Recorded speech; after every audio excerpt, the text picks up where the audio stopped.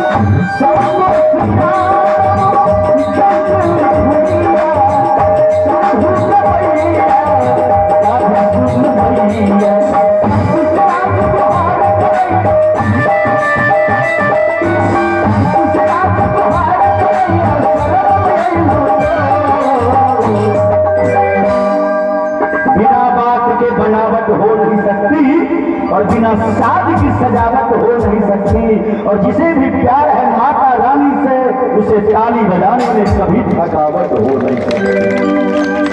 ताली बजा के करी हमारे बुजुर्ग लोग सब बोलो सच्चे दरबार की आनंद आवे छे सर सबका जी जय माता दी। बड़ा सुंदर भाव से कवि कह हमारे संतोष भाई जी लिखे छथिन संतोष यादव मैया गीत लिखैया शंभु गवैया गाबी सुनवैया सतसिराज गुहार करैया शरण में अइलो श्याम